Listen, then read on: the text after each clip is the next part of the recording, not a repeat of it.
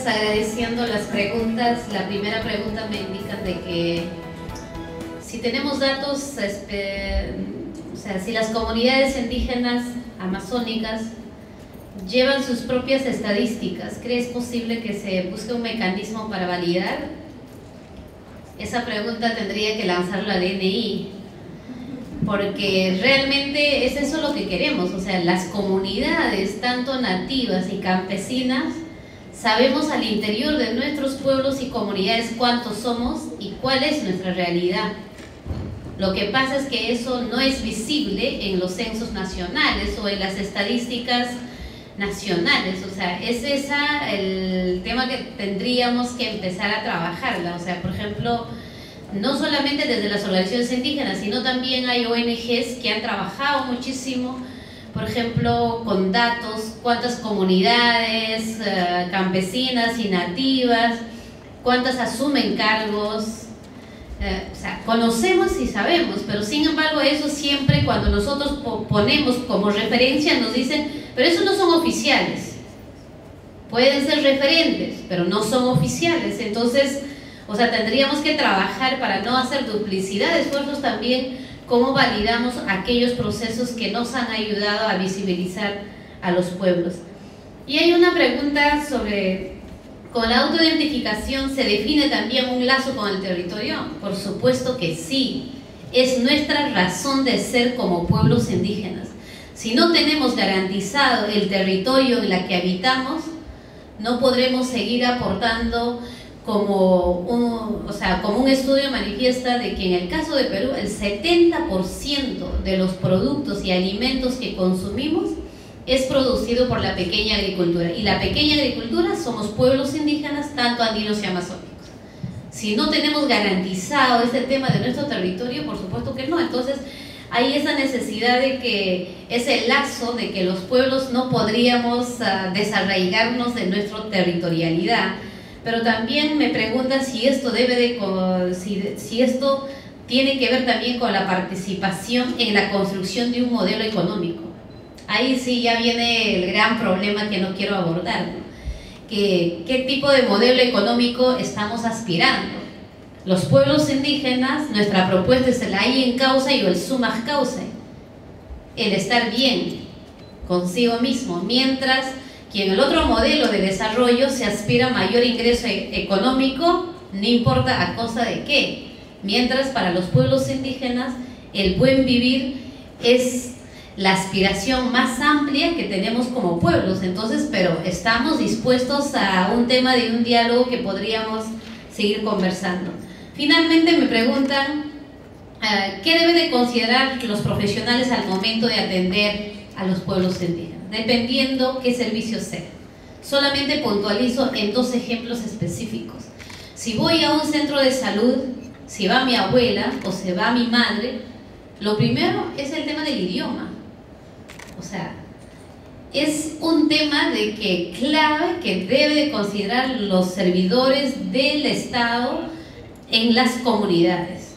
El segundo tema que tiene que ver es sus conocimientos previos también. Por ejemplo, o sea, en cuanto a salud hay mucho que abordar, por ejemplo, sobre el tema del parto, sobre la cura con las medicinas y todo eso que podríamos ir detallando.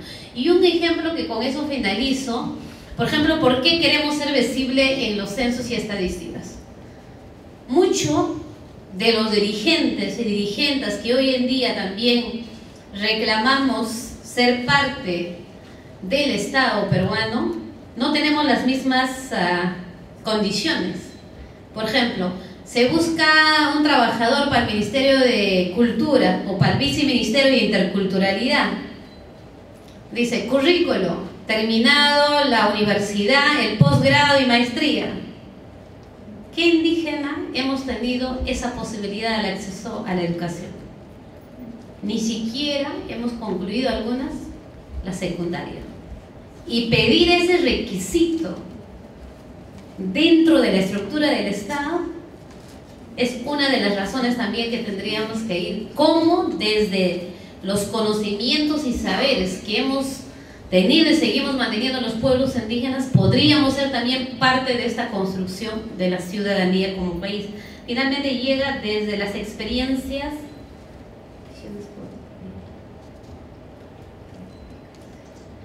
¿Cómo hacernos visibles en esta autoidentificación?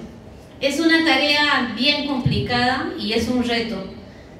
Yo resumo diciendo, cuando yo era niña, pensaba y creía que ser campesino era ser mejor que ser indígena. Pero después de una trayectoria de conocer los diversos instrumentos nacionales e internacionales y que me digan, yo no soy un objeto, sino hoy soy un sujeto de derecho, puedo decir con claridad de que soy indígena, soy quechua. Pero sin embargo, muchos hermanos y hermanas que han migrado junto conmigo o por el tema de la violencia política a las diferentes ciudades, ocultamos nuestra etnicidad por el miedo y la vergüenza a ser discriminadas, a ser marginadas. Entonces es tarea también del Estado, la sociedad civil y nosotras mismas buscar el componente positivo del gran aporte que hemos dado a la ciudadanía. Es una tarea bien difícil, pero finalizo invitando a todos y todas de que rompamos las fronteras y empecemos a dialogar. En el diálogo nos vamos entendiendo. El comité es una muestra de ello.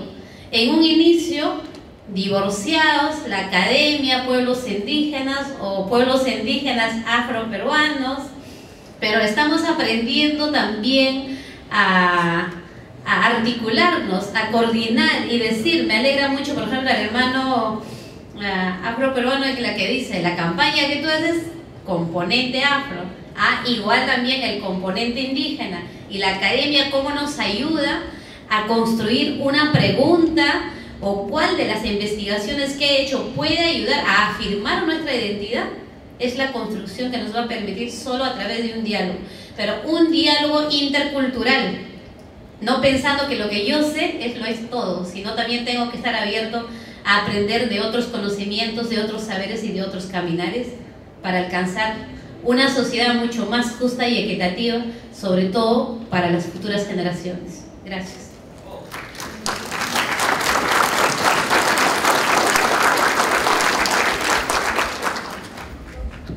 A mí me han pasado solamente dos preguntas.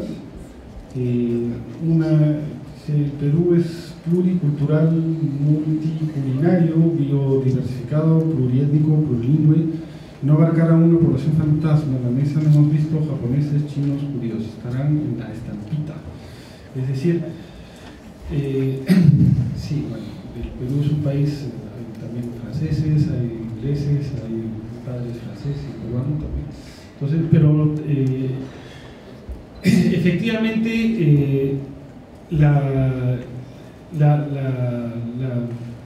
nación peruana, o el Perú, es un país donde viven personas que tienen múltiples orígenes. Pero cuando uno hace política, me parece, o sea, política pública, hay que también prestar atención a, digamos, hay que fijar una serie de prioridades. Y a veces en esa fijación de prioridades, cuando no se hace democráticamente, algunos van a ser excluidos y algunos de nuestros compatriotas han sido excluidos demasiado tiempo. Y por razones vinculadas a desigualdades, discriminación, explotación, despojo de territorios, despojo de su libertad, etc. Entonces, creo que hay un tema, por su importancia en lo que es la sociedad peruana, de una clara prioridad de las poblaciones indígenas y afrodescendientes en nuestro país, ¿no? En el campo de la visibilización estadística. Eso no quiere decir que se deba ignorar a los otros grupos sociales o los otros grupos que se autodefinan en términos de identidades étnicas.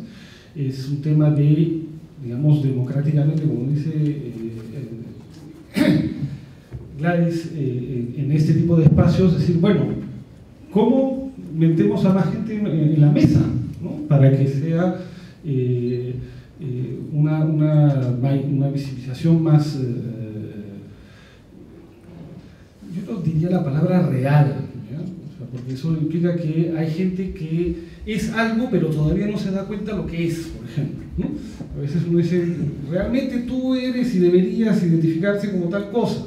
Yo creo que, como dice Javier, hay que tener la libertad de autodefinirse como uno mejor quiera. En los instrumentos que se diseñan para reflejar esas identificaciones sí es necesario incluir pero como dices también, Javier, hay un balance delicado entre entre una pregunta que sea exhaustiva y que contente a todo el mundo y una pregunta que sea práctica también. Recuerden, un censo es una cuestión que es ejecutado por no sé cuántos miles de personas que van a hacer entre 500.000 de encuestadores que van a hacer el censo. A todos ellos hay que capacitarlos para que manejen bien la pregunta. Van a entrevistar a 30 millones de personas, hay que procesar 30 millones de fichas que son varias páginas. Entonces, a nuestros amigos del INEI les encanta hacer esas cosas, pero es un montón de chamba. Entonces los instrumentos diseñados tienen que ser instrumentos reales, porque una pregunta, a veces, pues dice, lo mejor es lo enemigo de lo bueno, ¿no? Porque una pregunta muy sofisticada, a la hora de la hora, no te arroja ningún resultado. Se pueden usar otras herramientas como las encuestas, poblaciones focalizadas, hay las categorías en los censos, la pregunta de autoidentidad, bueno, todavía no tenemos en el censo, pero en la de NAO, hay una categoría de otros, es decir, especifique, se le invita a la gente a enumerarse sin no a reconocerse en alguna categoría sin la que no encuentra esa en la lista. Eso es cierto que es limitante, es un problema también metodológico, pero bueno, esas son las cosas que tienen que lidiar acá nuestros amigos del INEI, lo que hacemos investigación haciendo encuestas, tratar de diseñar instrumentos que nunca van a ser perfectos, muy probablemente nunca van a contentar a todo el mundo, pero sobre todo en instrumentos de este tipo, en los estudios académicos, las investigaciones académicas no tienen más libertad para jugar con cosas, pero cuando se producen estadísticas oficiales, estadísticas del Estado y censos, el proceso es otro, es un proceso, como dije, donde es importante la dimensión técnica, pero también es importante la dimensión política, en función de principios que reconozcan a los miembros de la sociedad como ciudadanos, visibilizarlos como ciudadanos, como sujetos de derechos a decidir qué quieren ser, cómo quieren ser tratados por el Estado, y exigir lo que el Estado le debe a todos los ciudadanos, ¿no? Una educación de buena calidad, una salud de buena calidad, y no una salud de calidad A para el grupo A, de calidad B para no. Entonces, en ese sentido, sí, las estadísticas oficiales no tienen el mismo margen de maniobra que uno puede tener una investigación académica, y es un proceso que, como tratamos de hacer ahora en el INEI, yo no soy del INEI, pero soy invitado de esta mesa que organiza el INEI, dialogar y ver, construir, bueno, cuál es la pregunta que puede ser la mejor posible dadas todas las limitaciones que tenemos. Y comprender también que los instrumentos de monitoreo que tiene a su disposición un Estado moderno son varios. Una cosa es un censo que tiene las características que ya señaló Javier Herrera, ¿no?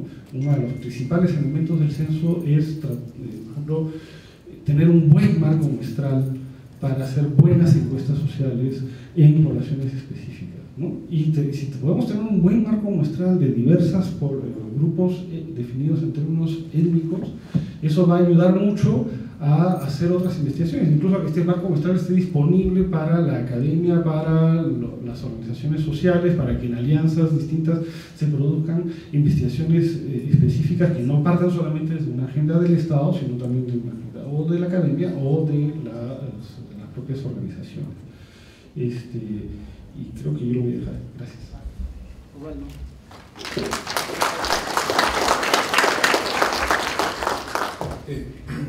A mí me hacen una pregunta Es muy puntual, ¿no? Si se tiene la pregunta que realizarán en el censo del 2017 para el tema étnico. Aún todavía se sigue trabajando eso, si bien es cierto, ya tienen algunos acercamientos, tiene el INEI. Hemos trabajado en la última reunión, David Sulmón con Martín, nos acercaron un documento bastante interesante y eso estuvo en discusión. Lo único que sí pudimos, a través de con los compañeros, pudimos insertar la palabra moreno. Los compañeros indígenas, se tuvo una discusión sobre el tema de la introducción de la palabra mestizo, que al final quedamos que se queda como la palabra mestizo. Ellos tienen sus componentes y nos parece válido, pero también teníamos que hacer un análisis mucho más fino sobre el problema de sacar ese término, ¿no? Porque es un paquete donde hay muchos que si dejamos sin mestizo, los otros se van a ir a otros, ¿no? Y en otros tienen muchos más problemas. Entonces lo dejamos ahí. Nos indicaron que estaban haciendo una prueba piloto en estos días, el 20 creo que comenzaron a hacer una prueba piloto, pero todavía no se tienen los resultados, pero se está trabajando y como dice Lai, no estamos trabajando de la mano y eso es interesante, ¿no? El Estado, con toda su estructura y con la voluntad política que tiene, los compañeros indígenas, los compañeros afros y la academia, que era lo más difícil para sentarnos a veces por la discusión mismo, por el nivel a veces de léxico, ¿no? Pero ahora ellos han bajado un poco su léxico, nosotros hemos subido también nuestro nivel, entonces hay una comprensión que parece histórica de todas maneras, porque no ha habido un acercamiento de esa manera desde mucho tiempo. O sea, antes a los indígenas y a los afros lo veían como materia de estudio los académicos, ¿no? Ahora ya no somos materia de estudio, sino somos compañeros que están conversando de manera horizontal.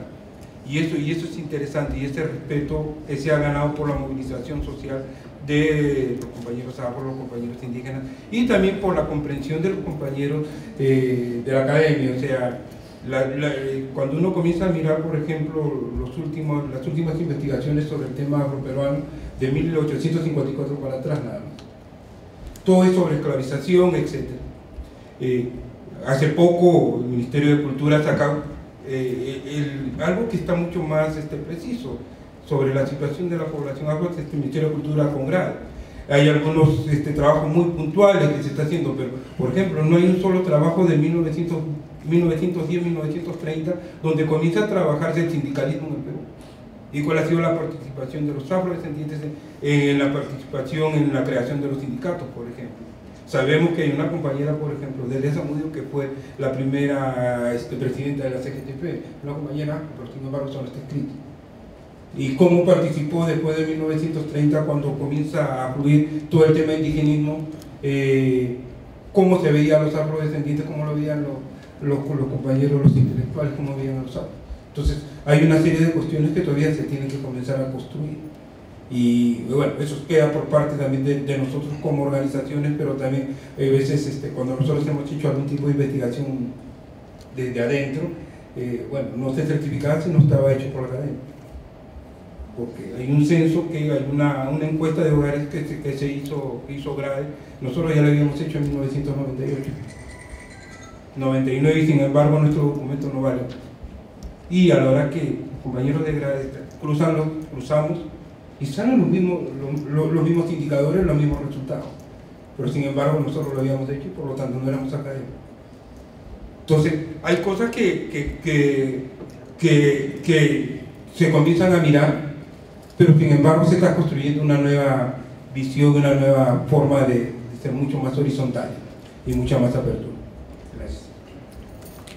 Bien.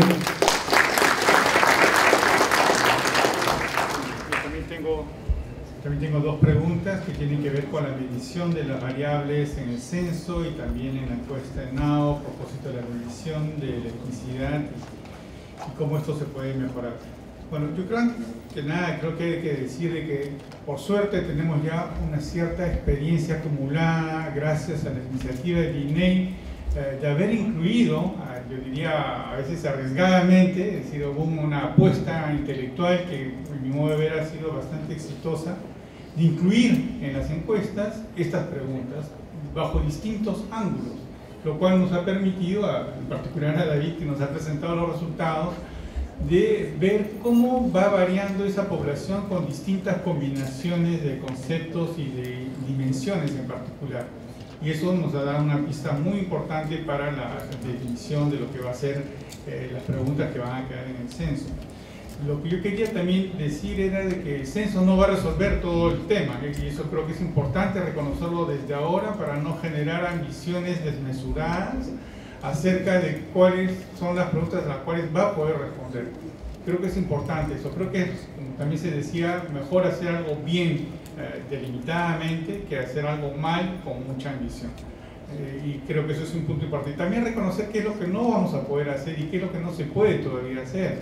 Si queremos realmente entender el fenómeno de discriminación, no basta captar, digamos, la pertenencia étnica con autoidentificación, porque la discriminación es siempre el hecho del otro que te discrimina, no eres tú quien te pone en situación de discriminación. No, nadie se hace discriminar voluntariamente, digamos, ¿no?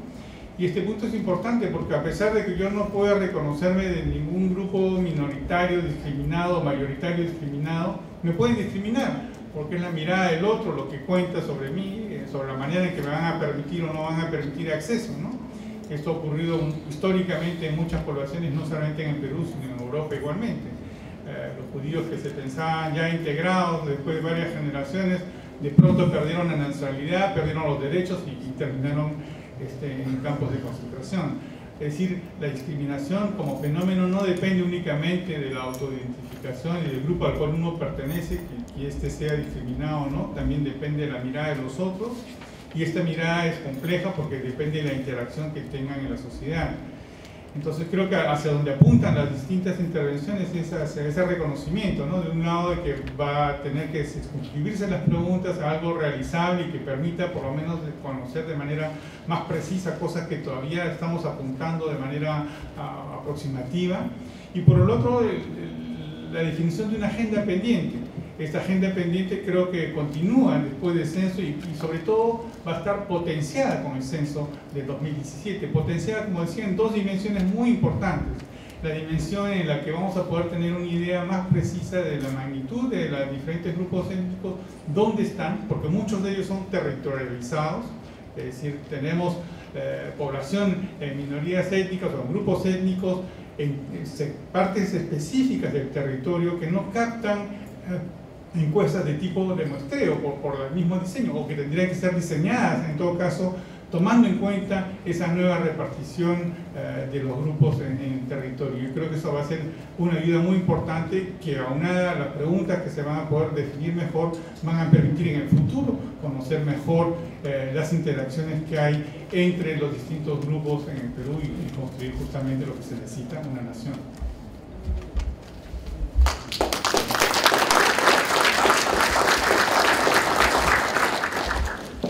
Bien, antes de dar el paso al momento del cierre, quisiera hacer un minuto nada más, quisiera intervenir, ya Aníbal está acá, no será el evento. Creo que lo importante es reconocer este diálogo de saberes, experiencias, expectativas que hemos tenido en estos 2 días, ¿no? Y reconocer el importante momento que vive el país, el INEI, la segunda institución en credibilidad y en reconocimiento por parte de la ciudadanía, detrás de la RENIEC. Es un logro importante porque una encuesta anterior de unos años se mantenía también ahí. O sea, hay cada vez mayor credibilidad de las estadísticas en lo que produce el Instituto Nacional de Estadística y el sistema estadístico en general. Hace 15 años probablemente esta discusión, este diálogo de saberes no habría sido posible, tan multidisciplinario. Ayer cuando buscaba colegas que fueran estadísticos para hacer feliz día de la estadística, no había muchos estadísticos, habían economistas, antropólogos, sociólogos, yo soy médico, y para que vean cuánto el tema estadístico nos convoca a todos, finalmente como ciudadanos, ¿no? Y esta discusión además es pertinente porque el tema de la exclusión y la política pública requiere no solo de respuestas técnicas, porque el origen de las exclusiones no es técnico, son exclusiones de relaciones humanas que son dinámicas, como nos han dicho claramente ayer, un concepto camaleónico, como decía Claudia Mosquera. Y cuando vemos en los últimos tiempos, hace solo unos pocos días, algún articulista en el diario Perú 21 proponía que para desarrollar la Amazonía había que olvidarnos de la educación bilingüe, explícitamente. Entonces, eso hace muy pocos días, de un reputado economista del Perú. Y eso me recuerda lo que decía hace 50 años nada más Arguedas, decía en su discurso a los doctores, dicen que no sabemos nada, dicen que somos el atraso, y que nos han de cambiar la cabeza por otra mejor. Decía Arguedas hace 50 años, en su debate en el IEP. Pues, y hace menos de un siglo, Alejandro Deustua, decano de la Facultad de Letras de San Marcos, decía que el Estado no debería invertir en educación porque el indio había dejado de evolucionar. ¿Ya? Eso se decía hace menos de un siglo. Entonces, y tener esa discusión tan alturada, tan respetuosa, tan enriquecida, no solo entre peruanos y peruanas, sino también con nuestros compatriotas de América Latina, creo que es muy ilustrativo y muy útil para todos nosotros. Creo también que hay que reconocer la importancia de que cómo vamos construyendo de esta manera la legitimidad del censo, porque el censo no es solo una operación altamente sofisticada desde el punto de vista técnico, administrativo, sino también político. El próximo año afrontamos un proceso de cambio electoral de autoridades de gobierno, de Congreso, que es la que decide el presupuesto. Entonces tenemos que ir construyendo esa legitimidad para que el país respete la pericia y experiencia y rigor técnico del proceso, porque nuestro país necesita un censo de alta calidad, y eso significa que hayan decisiones políticas para blindarlo, para que no haya interferencias que van a afectar esa calidad, ¿no? Y también creo que es importante reconocer el diálogo que tiene que haber no solo con los estadísticos, sino con la academia, con las organizaciones, y ensayar también otras aproximaciones, tales como no solo lo cuantitativo, sino también cómo los estudios cualitativos pueden alimentar estos trabajos.